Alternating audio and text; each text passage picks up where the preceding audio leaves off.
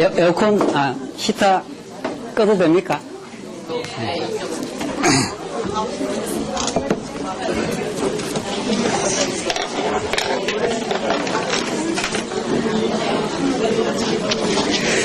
네, 시작하시죠. 지금 우리가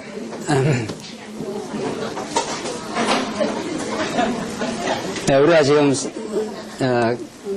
검토해 가는 거는 하나님의 나라는 세상의 방식, 세상의 어떤 꿈과는 질적으로 다르다.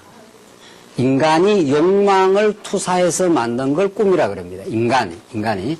그러나 우리가 말하는 하나님 나라 이상은 하나님이 영원 안에서 가지고 계셨던 뜻의 실현이죠. 그렇죠? 인간이 욕망으로 어떤 이게 이렇게 됐으면 좋겠다, 꼭 이게 이루어져야 되겠다는 것은 욕망의 투사, 욕망을 던져갖고 만들기 때문에 될 수도 있고 뭐 거의 안 되는 게 많은데 그건 되어도 자기 영혼의 만족이 없죠. 큰 내가 권력을 쟁취했다. 그런다고 영혼의 만족이 있는 건 아니거든요.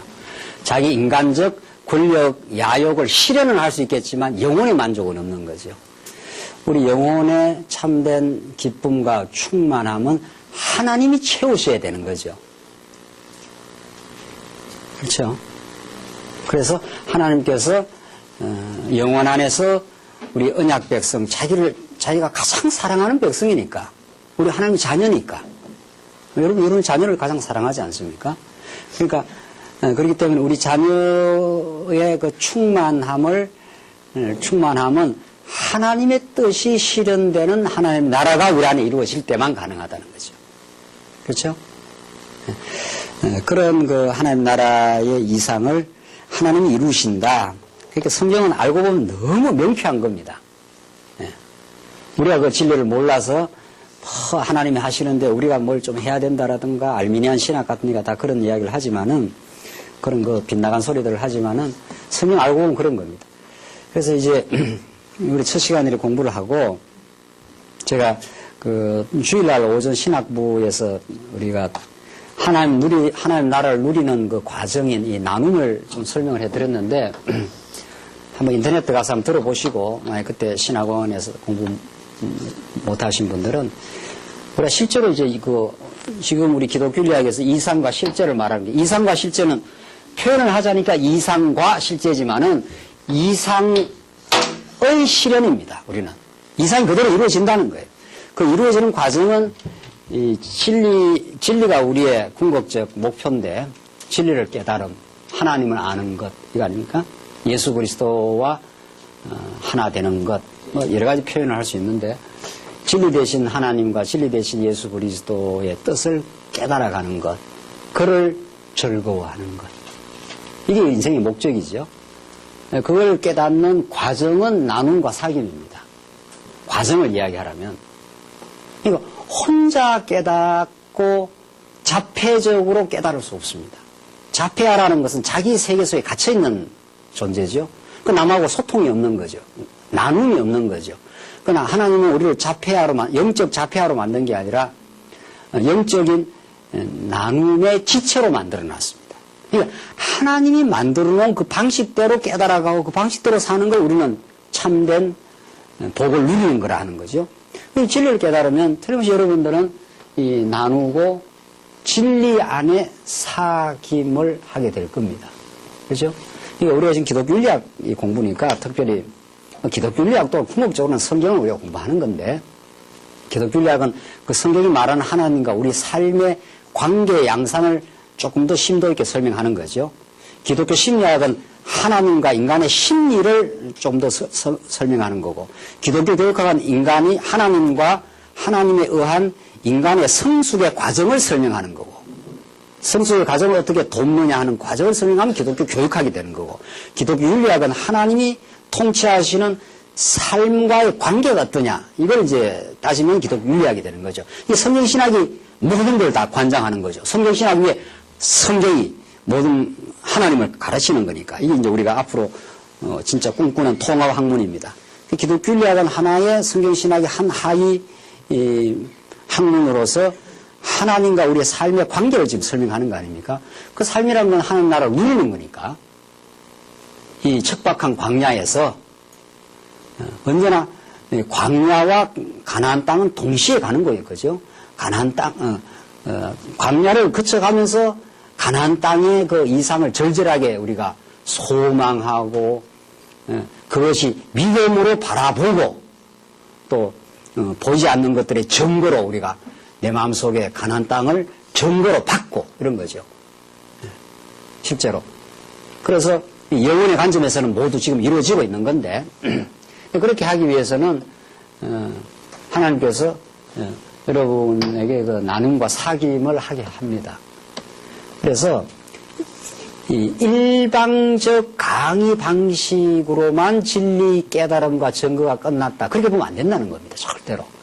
강의를 하지만은 복음을 전파하고 선포해야 되니까 전파는 하지만은 선포는 하지만 그거 여러분들이 깨닫는 수준이 있습니다. 그 느낌이 있습니다. 그것이 자꾸 나눠지는 게 중요합니다. 그러니까 우리는 장성한 분량 예수 그리스도를 향해서 가고 있는 중이지요. 전에보다 더 우리 마음에 평화가 있고 전에보다 더 마음에 안식이 있고 전에보다 더 다른 사람을 수용하게 되겠지요.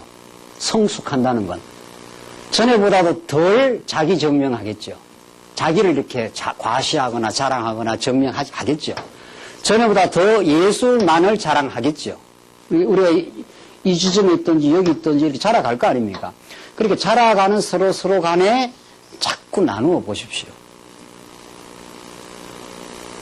신자님 말씀을 깨달으니까 내가 전에는 불안하게 살았거든.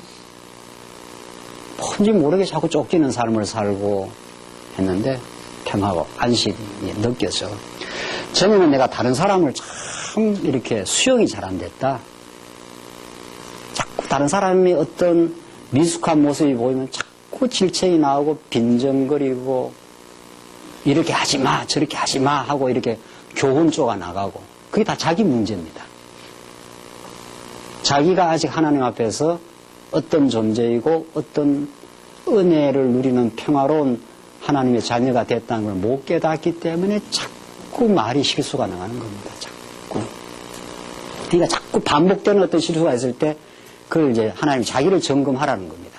자기가 치유돼야 될 부분이 있고 회복될 부분이 있고 성숙할 부분이 있다는 하나님의 시그널입니다.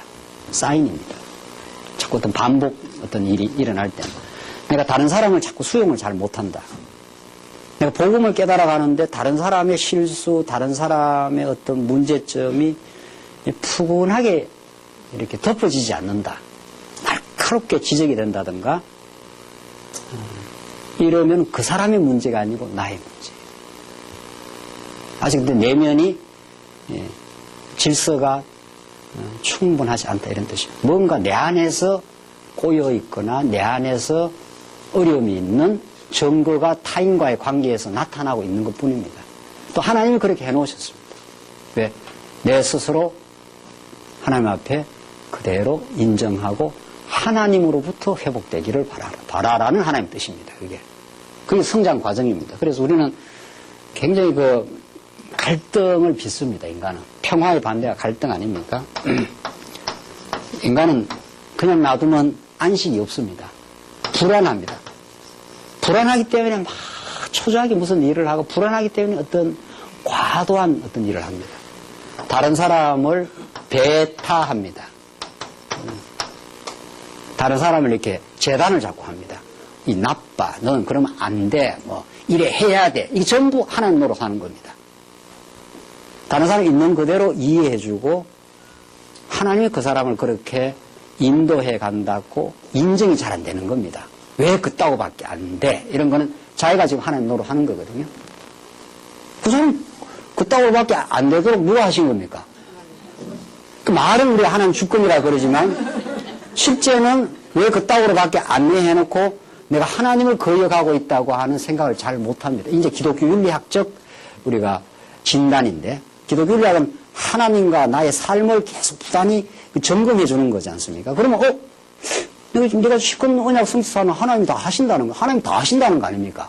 그것도 아시면 그 사람이 내 마음에 안 드는 어떤 일을 한단 말이에요. 그러면 어떻게 해석하는 게 정상입니까?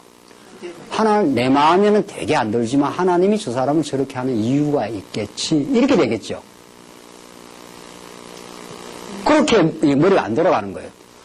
왜 조금 저 인간은 저렇게 가게 안 되나. 마음에 안 든다는 거예요. 오늘도 차 타고 오면서 우리 아내하고 어떤 저런 이야기 하다가 뭐 이런 이야기가 톡 튀어나와요. 이런 저런 이야기가. 뭐 누가 했는지 모르지만, 자, 정지가. 그게 이제 톡 이렇게 튀어나가요. 우리가. 그게 하나님의 주권을 온전하게 인정하고 있는가. 하나님 주권 인정하면 그 사람은 그런 많은 이유가 있으니까 그런 거 아니겠어요? 하나님 주권 가운데 그 사람이 미숙하든 병들었든 삐뚤어졌든 하나님이 그렇게 해서 그 사람에게도 예수가 필요한 존재로 만들어 놨거든요. 여러분과 저는 온전한 존재가 아닙니다. 온전한 존재라는 환상이 있어요, 우리는.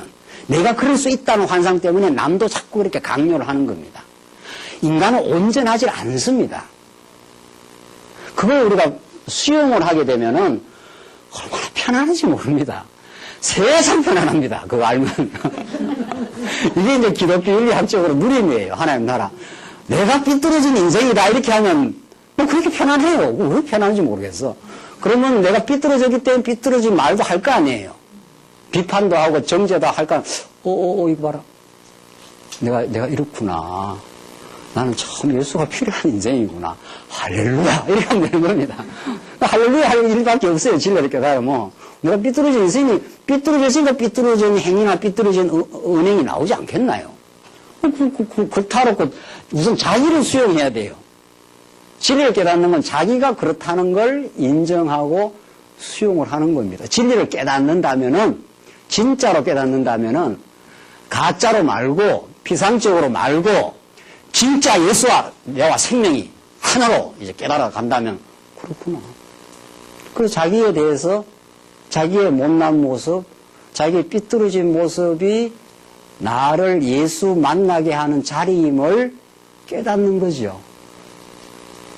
그걸 인정을 하는 거예요. 누가 나를 니 왜 삐뚤어졌냐 이러면 맞아, 내가 삐뚤어져 있어. 이러면 되는 거고, 누가 안 그래도 누가 나를 이렇게 막 죽게 세워도 나는 원래 그런 모습 아니야. 당신이 나를 잘 모르고 그런 모양인데 난 원래 그래 좀 삐뚤어진 인생이야. 죄인이다 이 말이에요. 죄인이라면 치우치진 인생. 다 한 가지로 치우쳐. 로마서에 보면 그래 되어 있거든요. 치우친단 말이에요. 이렇게 저렇게. 하나님 중심으로 세워져 갈 인생이지 세워진 인생이 아니죠. 그걸 깨닫고 나면은 자기를 그렇게 하나님 앞에서 인정하고 하나님 앞에 그대로 이렇게 인정을 하기에는 그렇게 평화로울 수가 없어요. 자기를 합리화할 것도 없고, 내가 안 그러려고 그랬는데, 이런 거라고 세상 색을 다 간다는 거 아니에요. 우리가 대인강에서 내가 안 그러려고 그랬는데, 상황이 그럴 수밖에 없어갖고, 전부 이 변명이에요. 안 그래요? 그러기는 안 그래요. 그래. 그랬는데 벌써. 그랬어? 이러면 끝나죠. 그랬어? 하면은 부부 싸움이 길어지지 않아요. 절대로. 내가 실수했는가 봐. 했는가 봐가 아니라 실수했어. 이러면 끝나는 건데, 내가 안 그러려고 그랬는데 상황이 그랬고, 어떤 미친놈이 나타났고, 이제 이렇게 온몸 세상이 다 원망이야. 세상 때문에 내가 그렇다는 거거든요. 그럼 저쪽은 저쪽대로 또, 내가 당신을 공격하려고 한 게 아니고, 공격했어. 이렇게 하면 끝나거든요. 내가 문제였어. 내가 진리가 필요한 인생이야. 그래 끝나요. 인간은 절대로 자기를 인정 안 한다는 겁니다. 하나님과 같이 되어 있는 자인은 자기 인정을 하면 죽는 줄 알거든요. 왜냐하면 우리가 하나님 같이 되어 있기 때문에 하나님은 자기 실수를 인정합니까? 안 합니까? 실수를 인정하는 게 아니고 실수가 없죠. 그러니까 하나님은 절대로 내가 잘못했어 이러지 않아요. 우리가 하나님 같이 되어 있는 속성이 있기 때문에 실수를 인정 안 합니다. 그래서 실수를 인정한다. 인정해야 변화하거든요. 그게 은혜입니다. 예수를 참으로 깨닫게 되면, 예수가 그리스도임을 깨닫게 되면 우리는 실수했어. 그럼 실수를 인정하면 변화의 조짐이 생기는 거거든요. 그래서 성장해 가는 거거든요.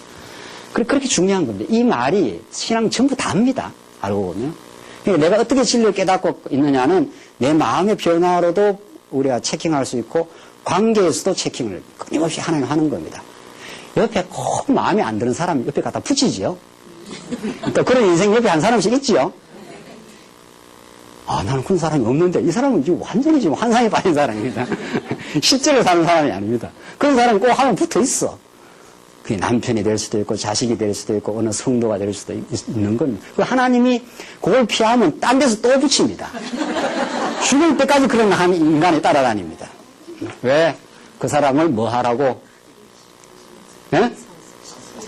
수용하는 법을 배워가라고. 수용한다는 건 하나님을 인정해야 수용을 합니다. 하나님을 알아야 수용할 거 아니에요. 하나님 주권이다 하는 건 그 사람 옆에 붙여놨다는 거 아니에요. 꼭 마음에 안 드는 사람, 내 마음에 안 드는 사람. 내 마음에 안 들어도 누구 마음에 꼭 들고 있습니까? 하나님 마음에 엄청 듭니다. 여러분이 미워하는 어떤 사람을 하나님 엄청 사랑합니다. 하나님 자기 아들을 십자가에 못 박기까지 사랑해요. 내 마음에 안 들 뿐이죠. 자, 우리 진리를 깨달아 간다는 거, 성경신학이, 대단하다. 뭐가 대단한데요? 여러분한테 어떻게 대단한데요? 어떻게 대단하냐, 이 말입니다. 어떻게, 뭘 어떻게 해서 그게 대단하냐, 이거예요. 내 진리를 깨달아 가는 게 내 마음의 평화와 안정과 내 마음의 진정한 치유와, 그리고 병이 들어있거든요. 병자에게 의원이 필요한 것처럼 예수는 죄인을 부르러 오신 분 아니에요. 그러니까 우리가 다 병이 든 겁니다. 영적으로 말하면. 하나님 떠나서 내 마음대로 살았던 병든 인생을 지금 하나님께서 이렇게 말씀으로 보듬어 주고 있는 거거든요. 따뜻한 말씀으로, 때로는 징계의 말씀으로, 때로는 강직한 말씀으로, 때로는 부드러운 어머니 같은 음성으로 이렇게 저렇게 우리를 세워주고 있는 중이거든요. 그렇게 해서 이렇게 깨닫고 나면은 자기가 그렇게 변하기 시작하면 관계가 변합니다. 그걸 우리는 진정한 나눔이라 합니다. 그 진정하게 나누려면 그런 자기 변화의 조짐이 있어야 나누어집니다. 또 자기가 변화가 없고 내가 이렇게 말씀 많이 깨달았다 이러고 있는 사람은 나눌 수가 없어요. 안 나눠져요. 자기 지식 자랑만 할 뿐이에요. 진짜 깨달아가는 사람 내가 참 어리석었네. 내가 참 다른 사람을 수용을 잘 못했네. 이런 자기 어리석음에 대한 고백이 안 나오면 거짓말입니다. 그래서 요한일서에 너희가 진리 안에 있다 하면서 죄 없다 하면 하나님을 어떻게 해요? 거짓말장이로 만드는 것이라. 요한일서에. 그게 진리 안에 사귐이라 그랬어요. 그 진리 안에 사귄다는 건 자기의 어리석음이 자꾸 이렇게 발견이 되면서 지혜를 얻어가는 기쁨이 있는 사람입니다. 아, 그랬구나. 정말 하나님 나를 사랑하시고 나를 붙들고 있구나. 내 어리석음을 용서하시고 있구나. 내가 그렇게 다른 사람의 문제를 지적하고 그것 때문에 관계가 파괴되기까지 끊임없이 내 의의를 주장하고 나를 증명하려고 하는 거거든요. 인간은 자기를. 그걸 깨달아가면서 많이 이렇게 나누어 보십시오. 그게 하나님 나라를 풍요하게 누리는 길입니다. 풍요하게. 정말 풍요해질 겁니다. 정말 전에 누리지 못했던 풍요한 하나님 나라 그 이상이 누려집니다. 이게 우리가 이제 다시 영혼으로 다시 가십시다. 영혼으로.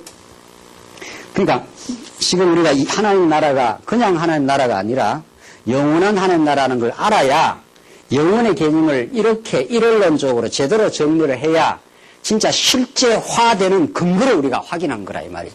이런 식으로 진리를 깨달으면 이게 구속사적 진리, 내세주의적 하나님 나라 이런 건데 이런 식으로 깨달으면 이 오늘 현재 문제가 온전하게 해석이 안 돼. 이런 식으로 깨달으면 그냥 미래에 가서 천국이다. 오늘은 그냥 지글지글 예수 그냥 믿다가 제대로 그러니까 이런 자유주의자들이 아니야.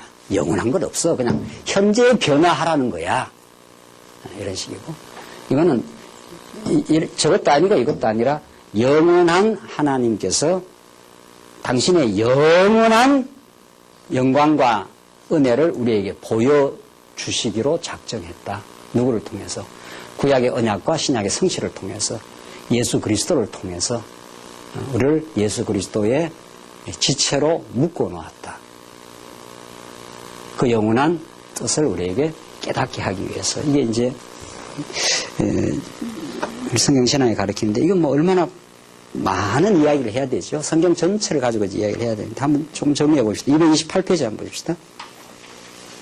228페이지 그 인용한 거 우리 목사님 그 쓰신 글에 인용한 걸 인용해 놨는데 제가 그 인용한 글을 한번 읽어보겠습니다. 영혼이라는 것은 일반적으로 영혼이라는 것은 시간과 관련하여 이해한다. 그래서 영혼을 끝없는 세월 또는 시간에 좌우되지 않는 존재로 이해하고 있다. 따라서 영혼성이 시간을 초월하여 존재하는 성질이라는 뜻으로 알고 있다.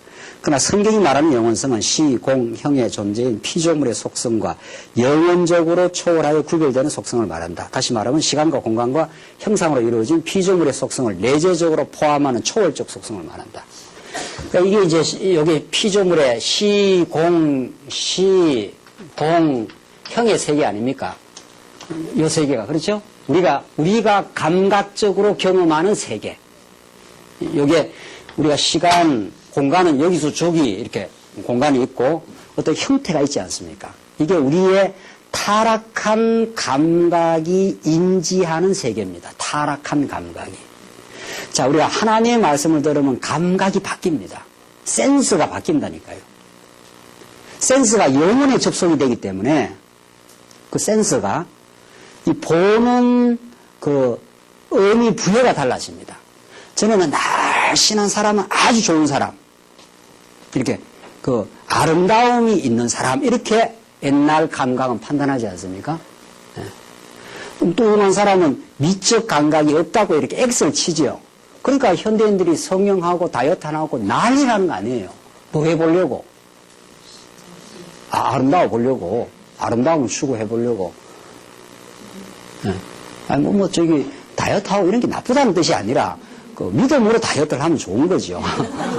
뭐든지 믿음으로 하면 좋은 건데, 그 믿음이 없이, 그게 아름다움의 미적 감각이라고 생각한 거죠. 그 성경이 말하는 아름다움은 다릅니다.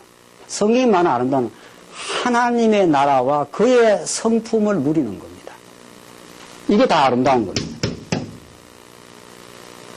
하나님을 주권자로 믿고 마음의 평화를 누리는 거예요. 이게 얼마나 아름다운 상태인지.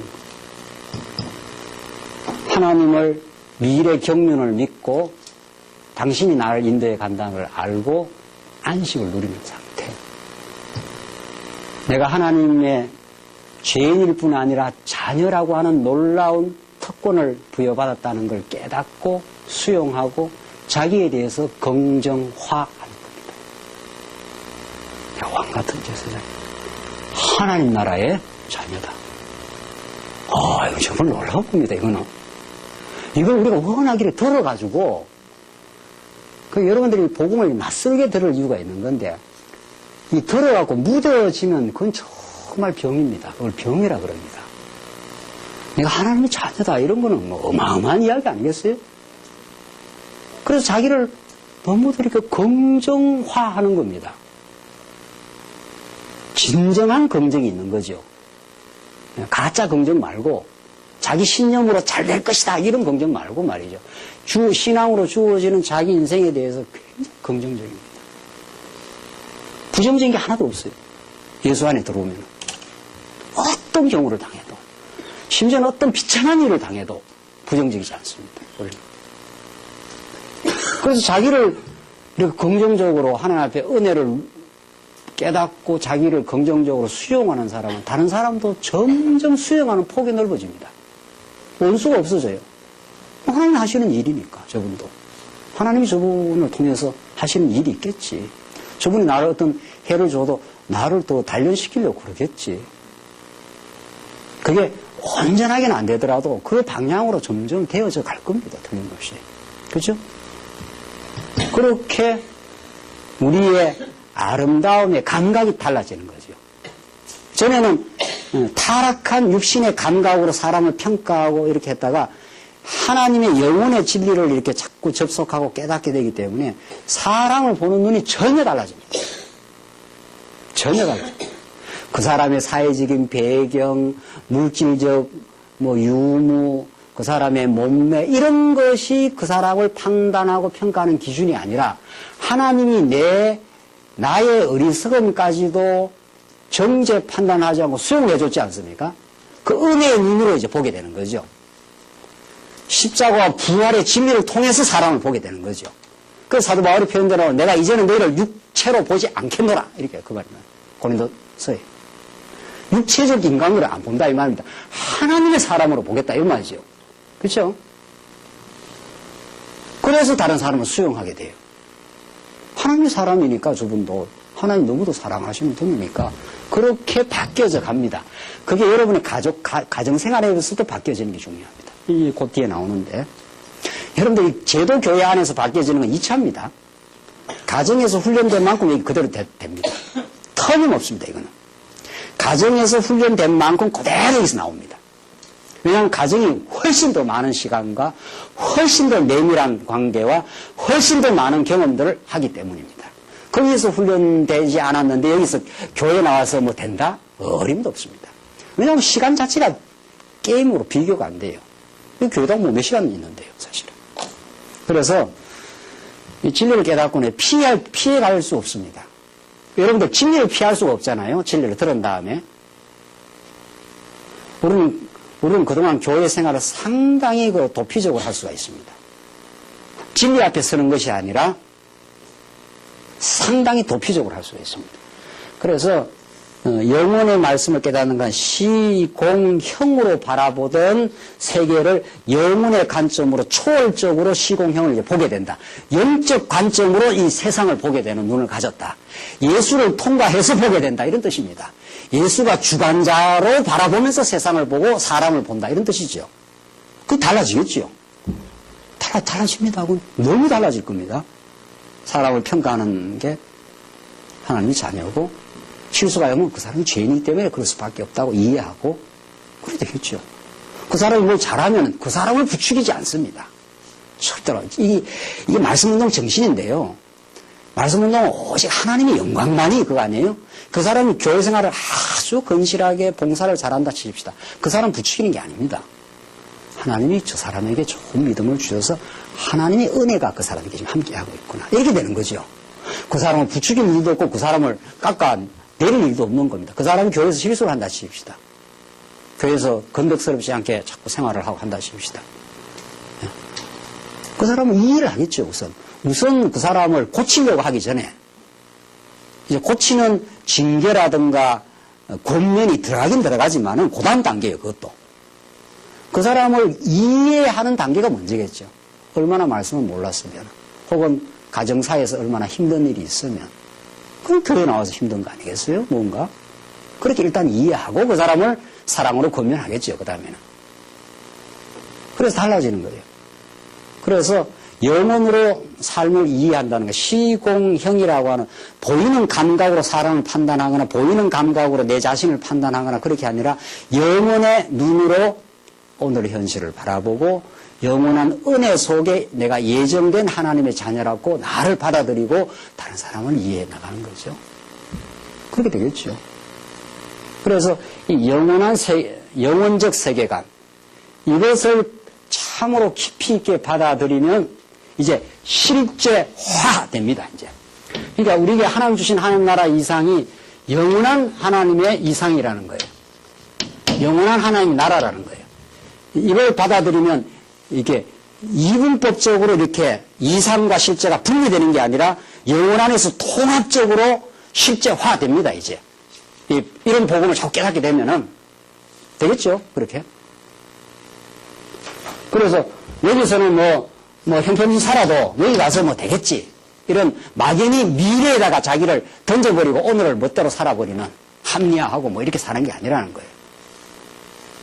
하나님의 말씀을 깨달을수록 자꾸 자기가 보이고 자기 어리석음도 투명하게 발견이 되고 그래서 변화하게 되고 말씀을 더욱 사모하게 되고 실제로 그걸 또 누리게 되고 전보다 훨씬 긍정적이고 든든하고 기쁨이 있고 그렇게 되겠죠. 자기가 기쁨이 있으니까 아직 기쁨이 없이 살아가는 영혼들을 보면 자꾸 눈이 밟히고 저분들도 같이 이 복음을 누렸으면 좋겠는데 그래서 나누고 싶은 거죠.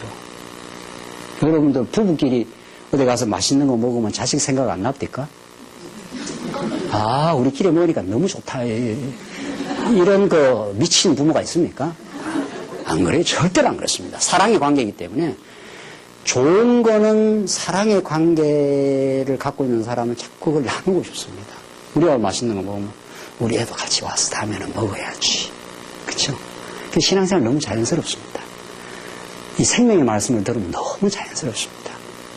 교회 생활요, 진짜 복음을 복음대로 우리가 깨닫고 누려가면은 너무 자연스럽고 이렇게 물이 위에서 밑으로 줄줄줄줄줄줄 흘러가듯이 그렇게 우리 신앙생활이 될 겁니다.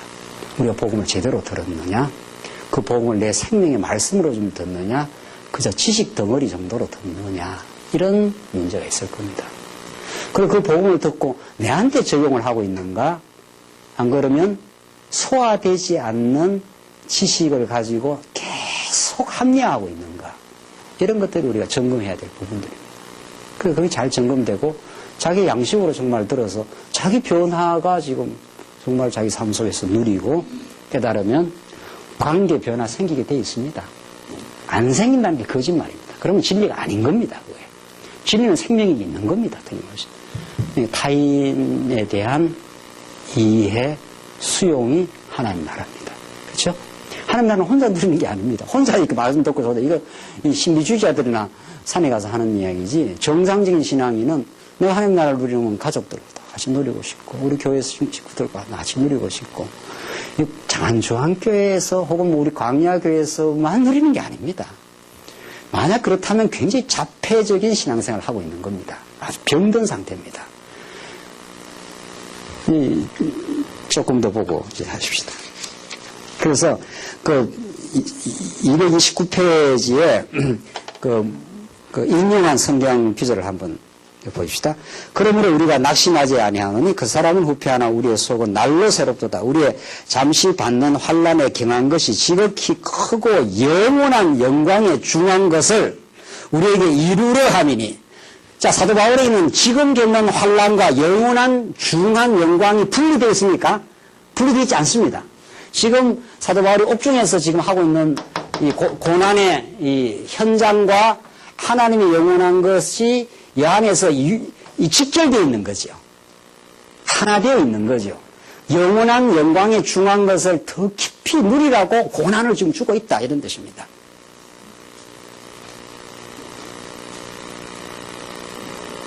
내가 고난은 지금 죽도록 받고 나중에 가서 천국 누린다, 이게 아니고, 그렇죠? 분리되어 있지 않습니다.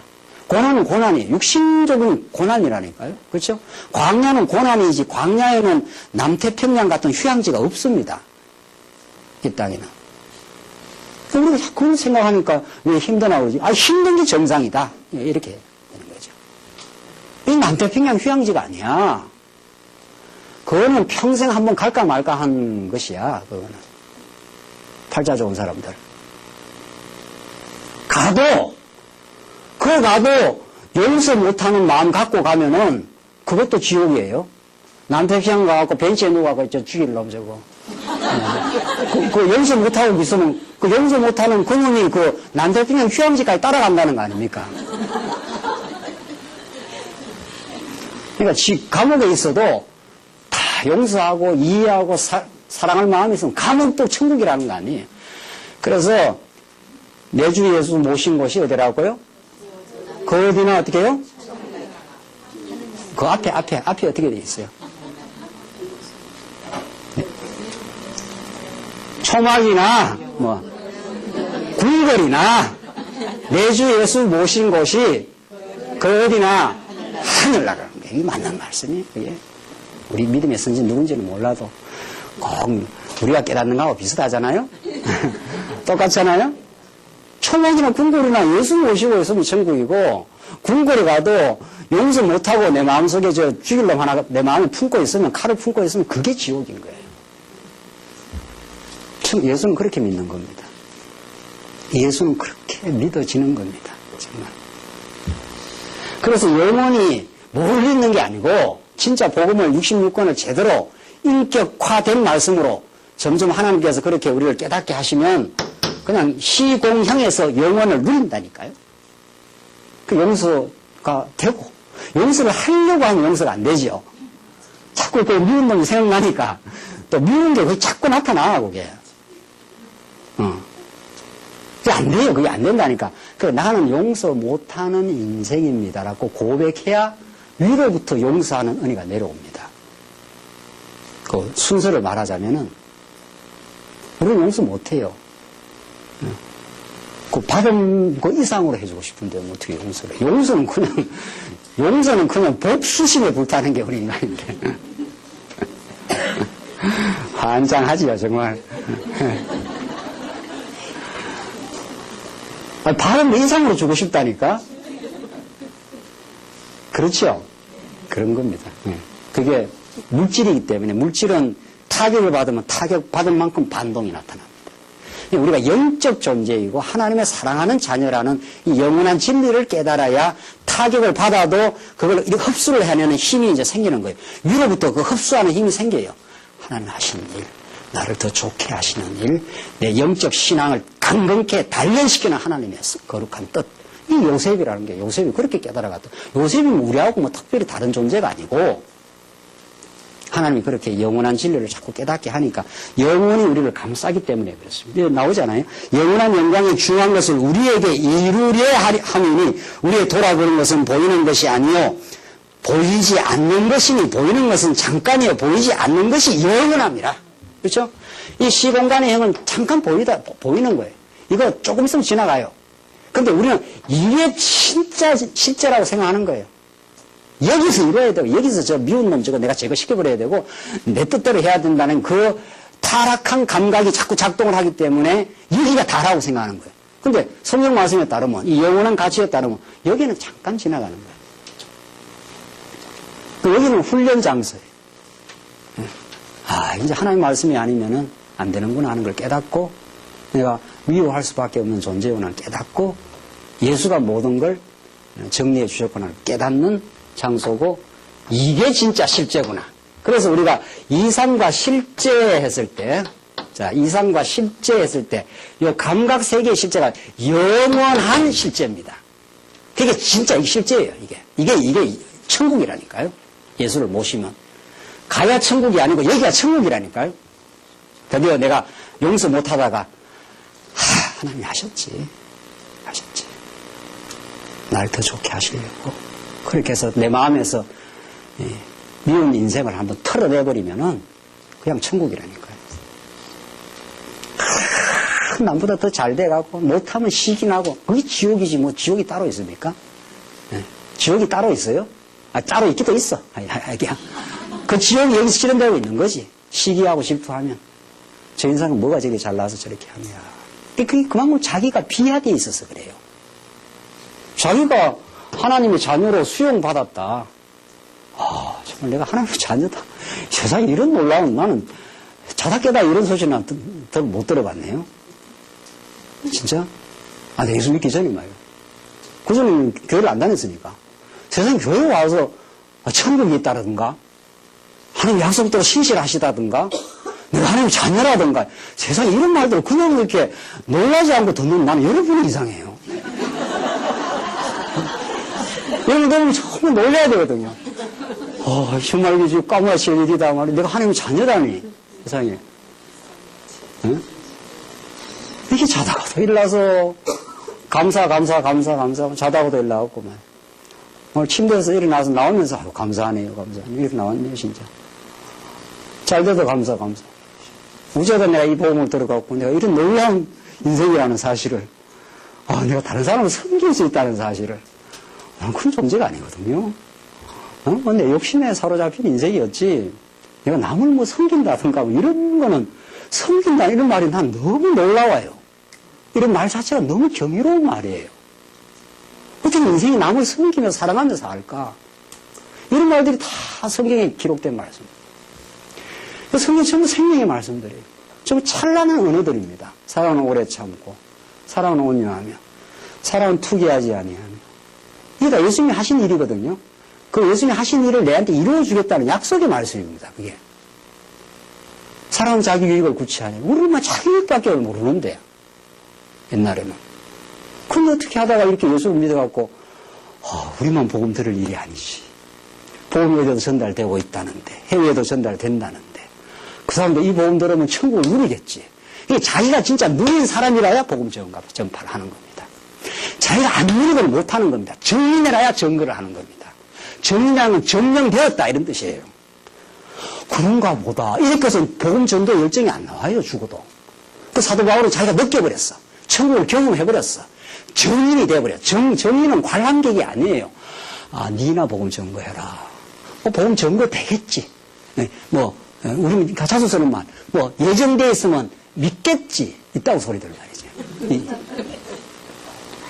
있겠지가 아니라 거기에 나를 쓰고 있다면 얼마나 좋을까. 이렇게 되어 있습니다. 그 예정 속에 내한테 천국을 누린다면 천국을 어떻게 가지고 있나요? 뭐 어디 있어요? 못 있다니까요. 자나깨나 예수 자랑하고 싶고, 찬스만 있으면 예수에 대해서 이야기하고 싶고, 찬스만 있으면 내가 얻은 예수, 내가 깨달은 예수, 내가 하나님의 수용받는 거, 내가 얻었던 마음의 안식, 내가 그렇게 불안한 인생이었는데, 조급한 인생인데, 이렇게 마음이 평화로울 수가 있나 말이야, 세상에. 죽어도 좋아, 지금 죽어도 좋아. 하나님께서 인도해 가시겠지. 자기가 천국 누리고 천국 안전하겠어요? 천국 안 안전하게 돼 있나요? 좋은 음식집 가도 좋은 음식 먹고 나서도 사람들 그 음식집 가자고 이 타락한 감각은 그렇게 자랑하고 난리인데, 이 좋은 음식을 먹고 이 생명의 양식을 먹고 예수 전해지면 전해지겠지. 예정대로 다 믿겠지. 있다고 소리들 말이지. 안 그래. 그거 아직 예수 모르는 거예요. 모른다 그래야 돼요.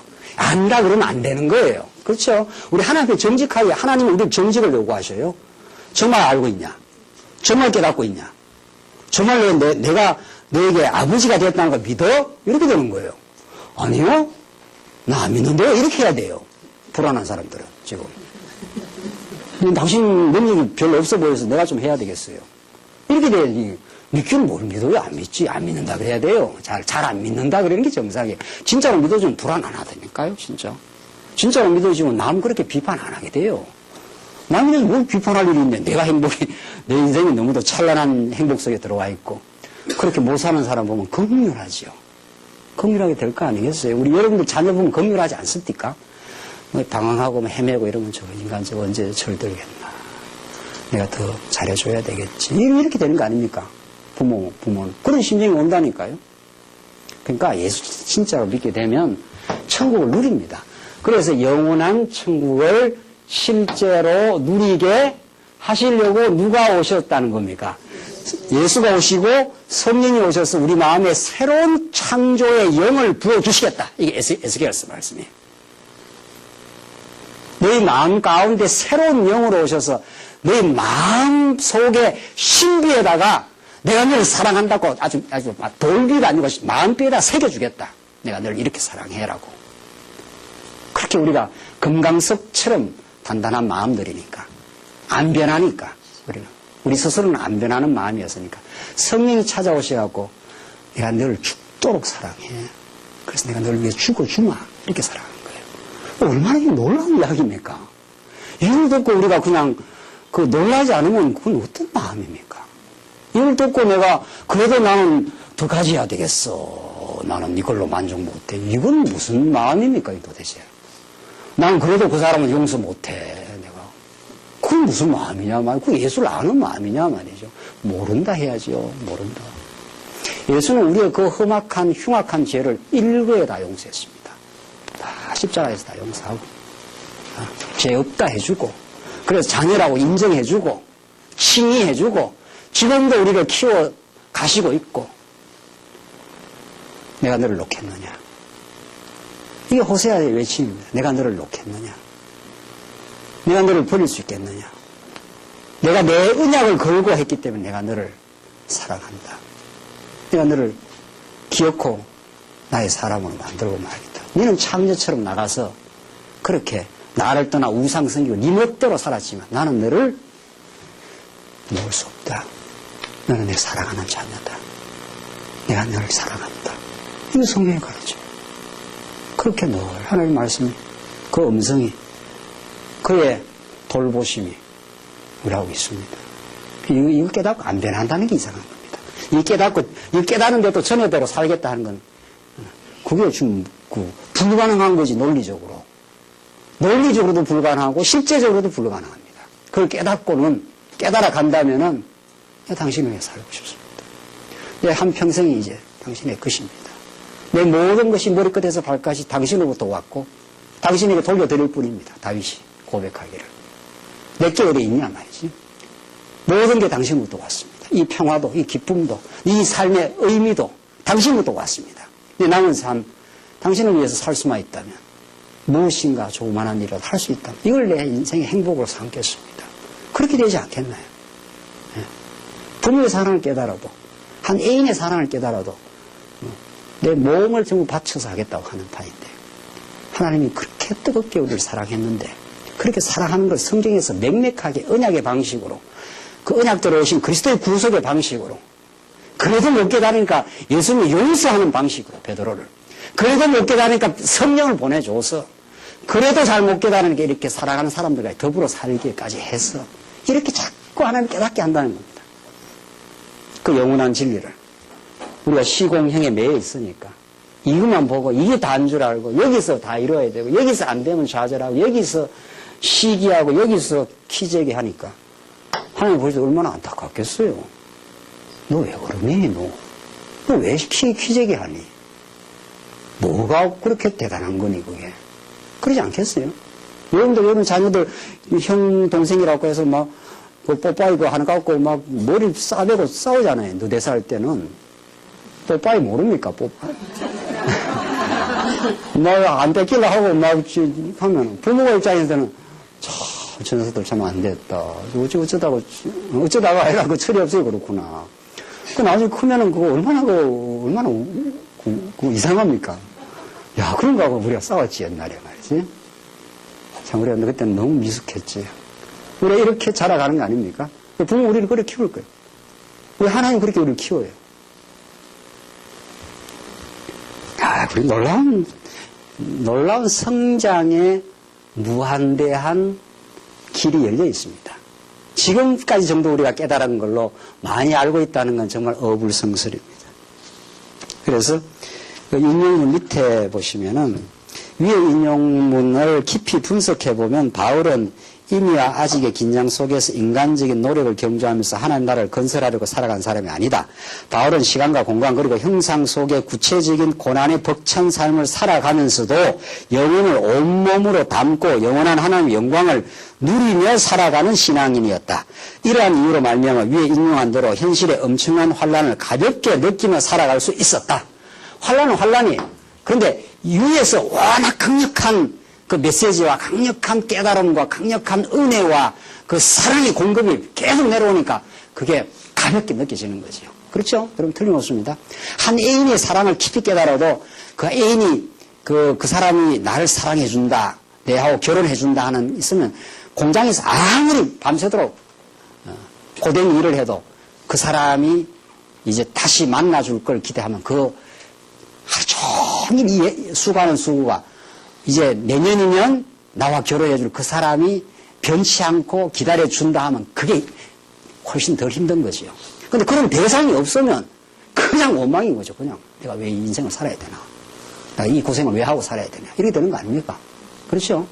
그러니까 느끼는 무게가 다른 거죠.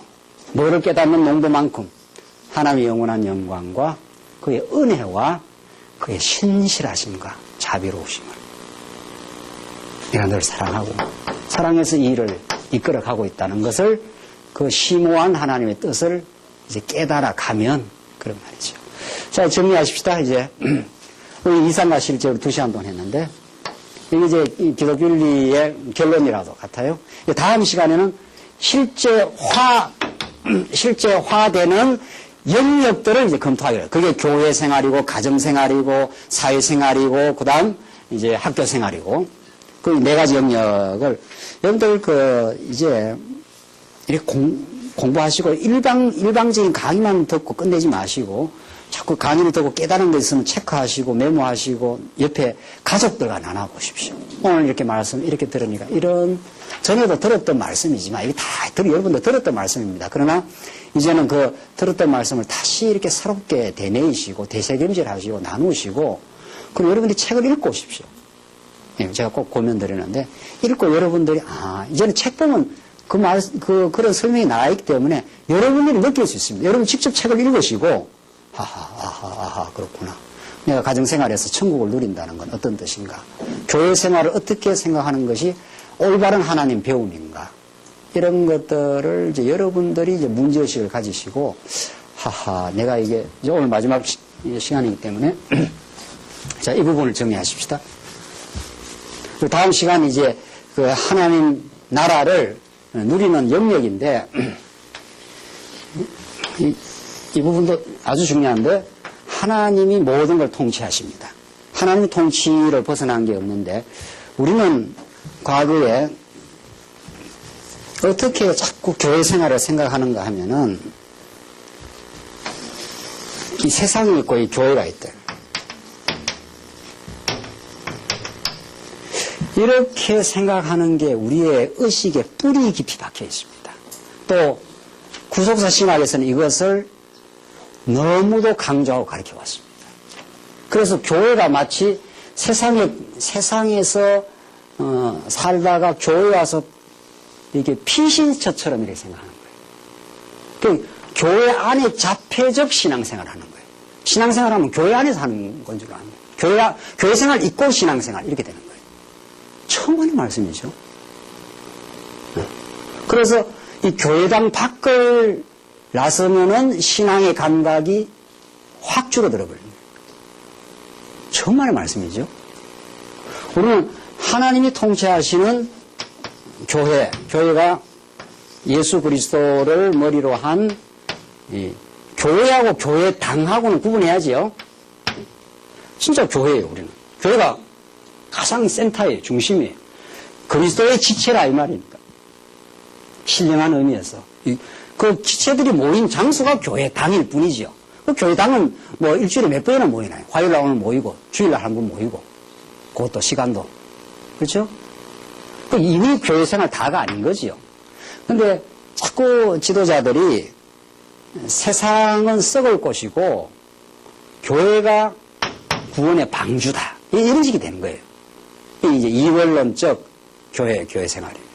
그래서 교회 생활이 전부, 신앙생활이 전부인 것처럼 그런 쪽으로 과도하게 치우치기 때문에 가정생활, 사회생활, 학교생활 이런 곳에 신앙적 안목과 신앙적 가치관이 접촉이 잘 안 되는 거예요. 지금까지 신앙생활, 한국교회 신앙생활. 우리도 마찬가지입니다. 우리도 다 그렇게 배워왔기 때문에. 그러다가 이제 말씀을 온 거 아니에요. 말씀을 왔어도 자꾸 옛날 방식을 한번 세척을 해내야 되는데 새로운 세계로 가기 위해서는 사고방식을 세척하고 새로운 상황을 가는 거지 옛날 사고방식이 자꾸 작동을 하는 거예요. 제가 최근에 와서 더 느낀 거예요. 최근에 와서. 기존 교회 생활은 목회자 중심의 교회당 신앙생활이 그 신앙생활 다예요. 목회자가 없으면 불안한 거예요, 벌써. 왜 불안하냐, 이 말이죠, 왜. 그리고 목회자가 없으면 교회생활 아닌 것처럼 느껴져요. 또 그 지역교회가 무슨 신앙생활 다 한 줄 알아. 그 지역교회 안에서 온갖 경쟁과 온갖 일들이 일어나는 거예요. 그게 다라고 생각하니까. 여기가. 그러나 성경 그렇게 말하지 않아요. 성경은 그리스도의 몸이요.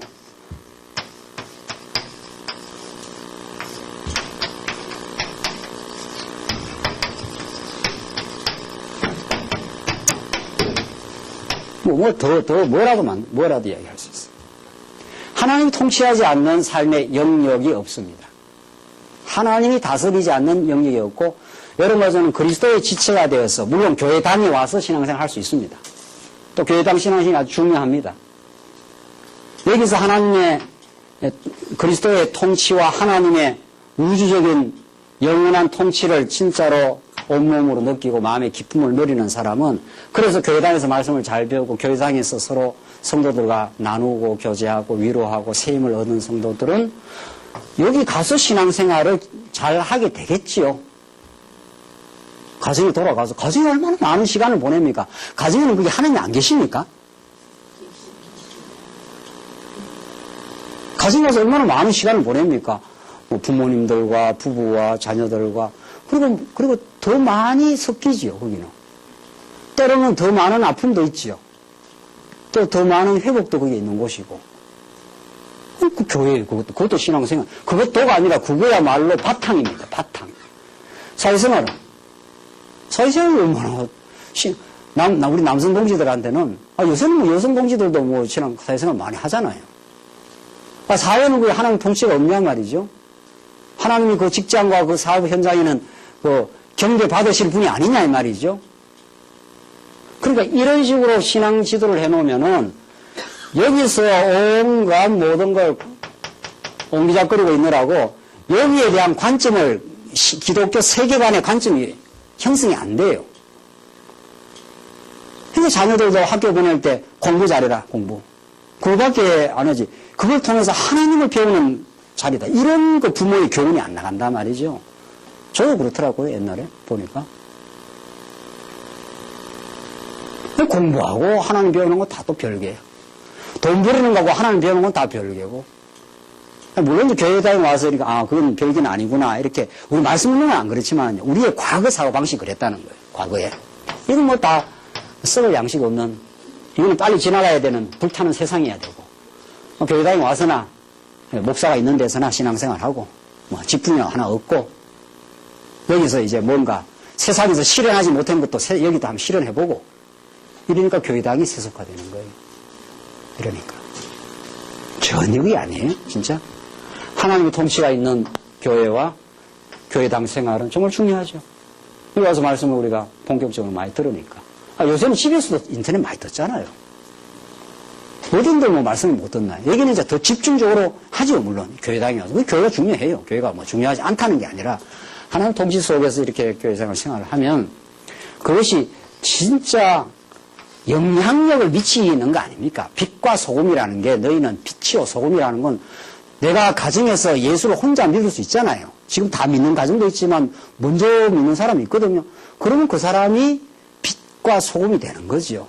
하나님 앞에 순복하고 남편이 안 믿어도 그 사람을 주를 대하시 존중하고 그렇게 변화돼 가는 거죠. 당신은 예수도 안 믿으니까 내하고는 별 볼 일 없다. 옛날에 그랬다는 거 아니에요? 예수 안 믿는 남편은 완전히 뭐 하대하고 말이지. 그러니까 남자들 예수 안 믿는 거예요, 더. 여자가 그러니까. 네가 믿는 예수는 보니까 별거 아니더라 말이지. 이렇게 되는 거예요. 네가 예수를 믿어서 사람이 점점 뭔가 더 따뜻해지고 당신이 예수 믿는, 그때는 네가가 아니에요. 당신이 믿는 예수는 뭔가 있는가 보다. 이래야 되는 거 아니에요? 당신 하는 거 보니까 당신 믿는 예수는 정말 내가 따를 만한 예수가 아닌가 보다 말이지. 그 베드로 전서에 나오지 않습니까? 그래서 가정이 그렇게 하나님 중심으로 변화되어 가도록 하나님 하십니다. 그 훈련이 보통 훈련이 아니죠, 물론. 사회생활 마찬가지고. 사회생활 다 까다로운 사장 만나도 그것이 실제 신앙을 단련시키는 것은 사회생활입니다. 오히려 이 교회는 온실과 같은 곳이에요. 실전 장소입니다, 거기가 진짜 실전 장소입니다. 여기서 말씀을 잘 무장하고는 적극적인 사회생활을 하도록 하는 것이 교회 지도자인데, 교회 복음의 가르침인데, 사회생활은 뭐 어떻게 개차반은 되든지 어떻게 되든지 여기 와서 연봉은 많이 내라 이거예요. 연봉을 많이 내면은 최고라는 거예요. 이게 건전한 지도 아니에요? 건전한 지도 아니라고. 그러니까 교회가 진짜 건강해지면은 가정의 문화가 하나님 중심으로 바뀌어가고 사회생활 자체가 하나님을 실제로 배우는 곳이다. 이 사회생활 자체가. 왜? 거기가 아주 거친 곳이니까. 그러니까 안 믿는 사람하고 부대껴하고 이해관계 때문에 밀고 당겨야 되면서 하나님을 실제로 배워가는 것이고. 그리고 학교생활 마찬가지죠. 애들 학교 보내는 것도 하나님을 배우는 것과 연결되는 것이라 이런 포괄적인 하나님 나라가, 하나님 통치하시는 나라가 우리에게 이루어지고, 우리 말씀은 그걸 성경에서 그대로 깨닫고 지금 전진 중에 있는 겁니다. 네. 다음 시간 오늘 말씀이 어떻게 삶의 구체적인 영역 속에서 실제화되도록 하나님 하시는가를 읽어오시고 좀 깨달음이 있기를 바랍니다. 기도하십시다. 하나님 아버지 은혜를 감사합니다. 오늘 이렇게 저희들 귀한 시간 주셔서 하나님 말씀을 통해서 우리 하나님이 우리 베풀어 주신 참된 이상과 그 이상이 하나님 말씀의 능력과 은혜로 어떻게 실제화되어져 가는지를 확인했습니다. 주께서 우리를 말씀을 붙들어 주셔서 참으로 우리의 신앙이 올바르게 변화되게 하시고 삶의 전 영역 속에서 하나님을 배워가게 하시옵소서. 예수님 이름으로 기도합니다. 아멘.